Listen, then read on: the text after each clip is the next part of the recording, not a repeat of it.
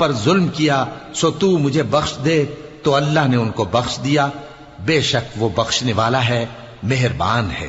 کہنے لگے کہ اے پروردگار، تو نے جو مجھ پر مہربانی فرمائی ہے تو میں بھی آئندہ کبھی گناہ گاروں کا مددگار نہ بنوں گا۔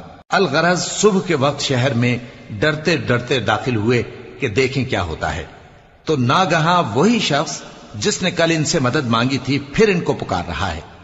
موسیٰ نے اس سے کہا کہ تو بڑا بہکا ہوا ہے۔ پھر جب موسیٰ نے ارادہ کیا کہ اس شخص کو جو ان دونوں کا دشمن تھا پکڑ لیں، تو وہ بول اٹھا کہ جس طرح تم نے کل ایک شخص کو مار ڈالا تھا اسی طرح چاہتے ہو کہ تم مجھے بھی مار ڈالو۔